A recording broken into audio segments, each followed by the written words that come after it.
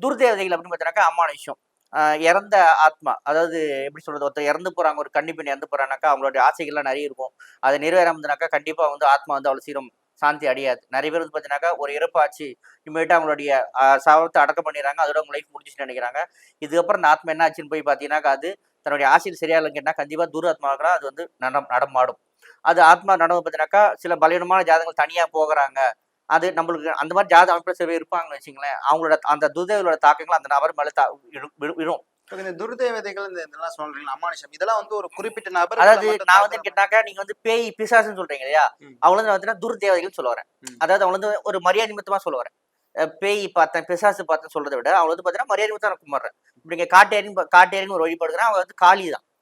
காளிக்கு பெரியவங்க காட்டேரி. காட்டேரி கும்பிடாம நீங்க காளி வரமாட்டாங்க. ஸோ அப்ப நீங்க காட்டேரி என்ன சொல்லுவாங்க உங்களுக்கு பார்த்தீங்கன்னாக்கா?